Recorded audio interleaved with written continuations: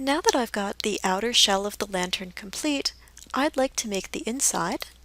For that, I'm going to start by naming this object. This is going to be called lantern, and I am going to duplicate it with Control D. So now I've got lantern and lantern 1, and they're in the exact same place. I'm going to take my lantern and I'm going to put it on a layer. We will call this my lantern layer.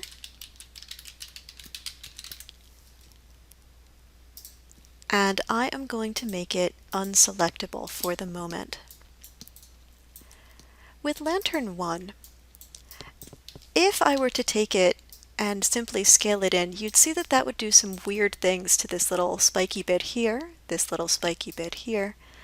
It would also create an offset, a vertical offset between the inner and outer walls. So I don't really want to do that. I don't want to do a straight up scale. Instead, what I'd like to do is I would like to scale across X and across Z, but I'd like to keep that scale uniform. As such, you see this little green box over here? If I click and drag on that, it will scale across X and Z uniformly without affecting the Y scale. That'll do exactly what I want, and I only want to do a little bit so that I get really thin walls for my lantern. It's a small lantern, it shouldn't have thick, heavy walls. So that's pretty good. The only problem with that is if I look in either my front or my side view, I will see that the base of my lantern lines up exactly with the base of the outer lantern. So I'll fix that in Vertex mode by just taking these vertices and moving them up a little bit. And I'll do the same thing here at the top. At the top, I might even use a little bit of soft select. Okay, maybe a lot of soft select. And I'll just move this whole dome down a little bit, and that way it will fit more nicely as an inside wall.